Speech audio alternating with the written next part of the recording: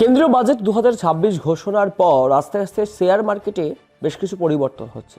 কি পরিবর্তন হচ্ছে বলবো আপনাদেরকে এই ভিডিওতে। শেয়ার বাজারে বিরাট ধসের পর ফের ধীরে ধীরে ঘুরে দাঁড়াচ্ছে স্টক মার্কেট। রবিবারের বিশেষ বাজেট অধিবেশনে দেশের শেয়ার বাজারে লেনদেন চলছে সতর্কতার মধ্যে।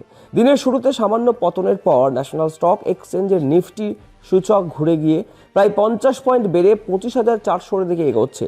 একইভাবে বম্বে স্টক এক্সচেঞ্জের সেন্সেক্সও প্রায় 200 পয়েন্ট বেড়ে 82,500 কাছাকাছি পৌঁছেছে।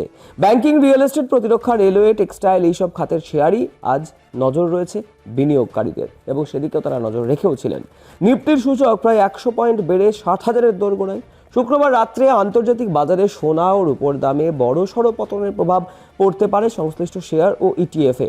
বিশেষ করে হিন্দুস্তান জিঙ্ক এবং গোল্ড ও সিলভার ইটিএফগুলির উপর এই প্রভাব স্পষ্ট হতে পারে বলে মনে করছেন বাজার বিশেষজ্ঞরা। ফলাফল ঘিরে নজর রয়েছে Bajaj Auto, Sun Pharma, CDSL, IDFC First Bank, Bank of Baroda সহ একাধিক বড় সংস্থা।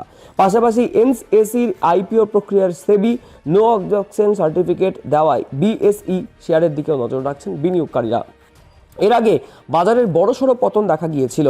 সেন্সেক্স নেমেছিল 847.10 পয়েন্ট বা 1.03% কমে 81,422.68 এবং নিফটি কমেছিল 289.25 পয়েন্ট বা 1.14% কমে 25,031.40 সেই সেশনে 1,788টি শেয়ারের দাম বেড়েছিল, 1,836টি শেয়ার পড়েছিল এবং 162টি শেয়ারের দাম অপরিবর্তিত ছিল।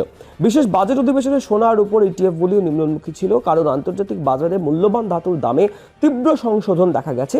বিশেষজ্ঞরা জানিয়েছেন 30শে জানুয়ারি আন্তর্জাতিক বাজারে যে দরপতন হয়েছিল তারই প্রতিফলন ভারতীয় ইটিএফে দেখা যাচ্ছে।